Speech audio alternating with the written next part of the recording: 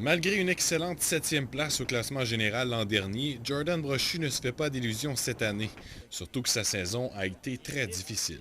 La saison a été courte, je dirais, parce que j'ai été faire un projet européen avec l'équipe nationale. Je n'étais pas prêt à ça, premièrement.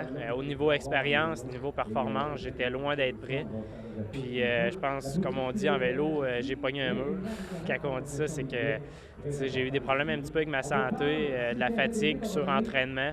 Jean-Michel Naud, lui, aimerait bien racheter sa contre-performance de l'an dernier. Puis l'an passé, j'ai connu un flat, j'ai connu une déception et tout. Puis là, cette année, je m'attends à des grosses performances.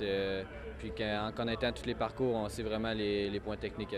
Philippe Nadon connaît quant à lui toute une saison. Il vient d'ailleurs tout juste de remporter le Critérium lors des championnats canadiens. Moi, j'aime mieux pas me mettre d'objectifs puis y aller au jour le jour. Puis dans une course de vélo, tout peut arriver. On sait jamais des choses qu'on peut pas contrôler.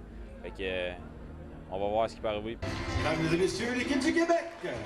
Même s'ils ne font habituellement pas équipe ensemble, les 3 membres de l'équipe québécoise se connaissent depuis fort longtemps. On a joué au hockey ensemble, on a joué dans les comètes, on a même joué avant ça dans les petites équipes. Puis, on a vieilli ensemble, fait que je pense qu'on va bien avoir du fun. On a une certaine chimie, on se connaît bien les gars, puis on a bien du fun ensemble. C'est certain que ça aide dans une course.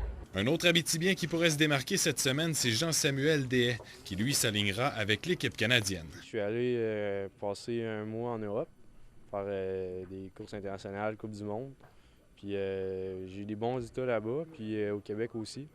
Fait que non, je pense que ça a bien été à date ma saison. Là. Les 9 Abitibiens qui prendront le départ à ce Tour de l'Abitibi ont tous beaucoup de talent et de détermination. Mais avec autant de coureurs en lice, c'est difficile de prévoir qui va franchir ce fil d'arrivée en premier.